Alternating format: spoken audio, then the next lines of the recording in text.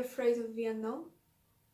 As you are walking home alone, late at night, you hear the soft, crackling sound of someone or something stepping on dry leaves nearby. Your heart begins to race as you imagine who or what lurks in the shadows. Most of us would be simply experiencing fear. Fear is a powerful and primitive human's brain reaction. It is programmed into the nervous system and works like an instinct. It alerts us to the presence of danger, and it was critical in keeping our ancestors alive. Fear can be divided into two responses: biochemical and emotional. The biochemical response is universal, while the emotional response is highly individual. Fears of the unknown, a fear of death, a fear of specific creatures, a fear of flying, catastrophic fear, a fear of success, and a fear of failure, and much more are all commonly noted as a fear, yet they are actually experienced as the emotion of anxiety. Fear helps protect us. It makes us alert to danger and prepares us to deal with it.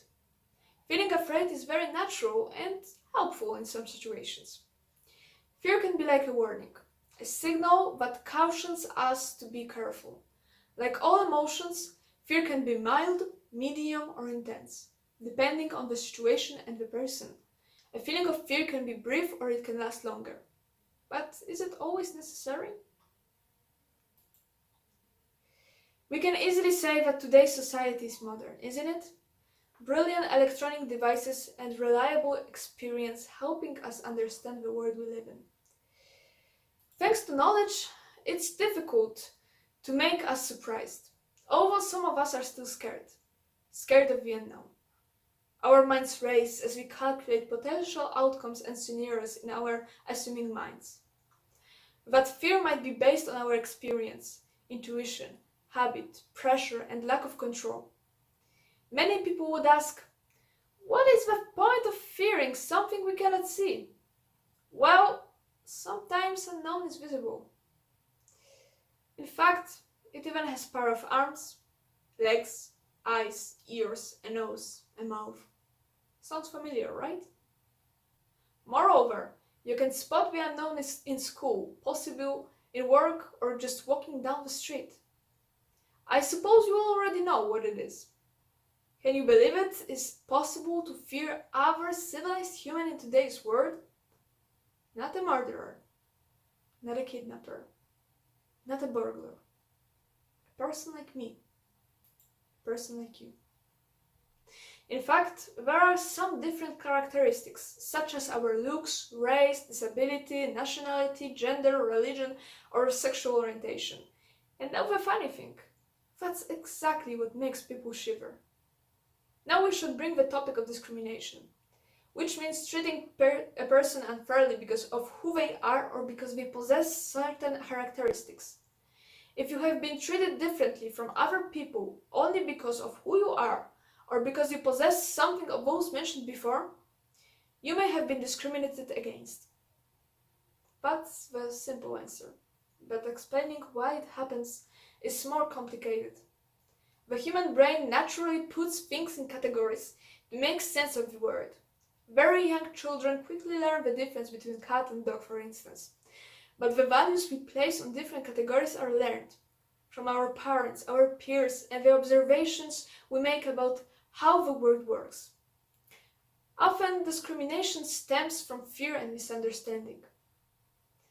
Neuroscience research shows that group recognition can contribute to people being more hostile towards members of other groups. People better identify and remember faces from their own racial group. Areas of the brain involved in facial recognition are more active when viewing faces at the same race. In some cases, it works the same way for sexual orientation. I would like to quote the stories I heard. A man openly confessed to being a homophobe. He hated LGBT to such an extent that he still insisted he would beat any gay man he met.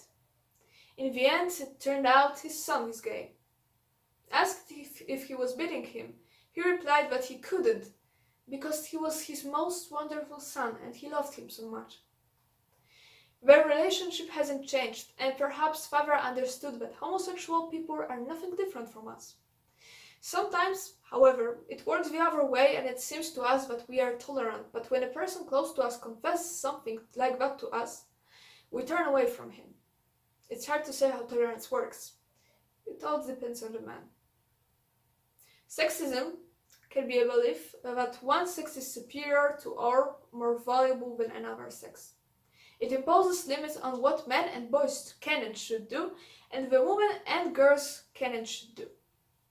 In recent years, the situation of women has improved significantly, but it is still not perfect. Still, most of us witness sexism. For example, women spend almost twice as much time as a man on unpaid housework, or in the UK, 66% of 16 to 18 years old girls surveyed experienced or witnessed the use of sexist language at school. The radical form of sexist ideology is called misogyny.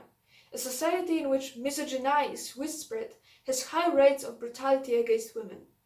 For example, in the forms of domestic violence, rape, where they are seen as property or as second-class citizens, women are often mistreated.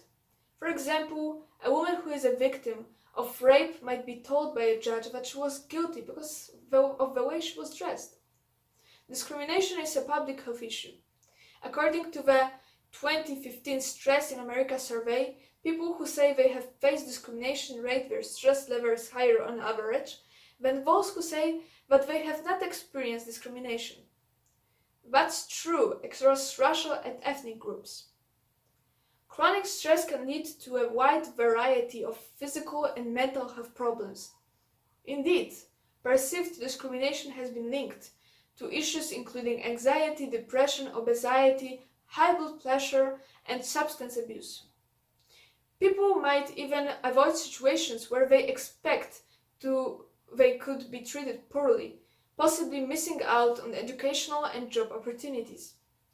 Finding healthy ways to deal with discrimination is important to your family, friends, and also your own physical health and mental well-being. Usually it refers to some stereotypes caused by situations that took place in the past and were caused by an individual or just by a unit. The first and most important, it was a few people. We cannot judge the whole entity because a group did something horrid. Think of yourself and try to imagine a similar situation. Your friends escaped from lessons, and when your teacher is informed about it, he wants to punish them by staying additional hours at school. He thinks you did this as well, even though you were sick and you had to stay in bed. Would you like to take responsibility? Me neither. Long ago, a creature called human appeared in the world. 2 million years have passed since then, but we are still afraid of our own species. Nobody caused him as much suffering as we do. Maybe it's time to end it. People can overcome unnecessary fears by giving themselves the chance to learn about and gradually get used to the thing or situation they're afraid of. For example, people who fly, despite a fear of flying, can become used to unfamiliar sensations like takeoff or turbulence. They learn what to expect and have a chance to watch what others do to relax and enjoy the flight. Gradually facing fear helps someone overcome it. And I think it's time to wake up and start talking about the issue. And the hate. Love yourself and love the other people, or at least try to understand.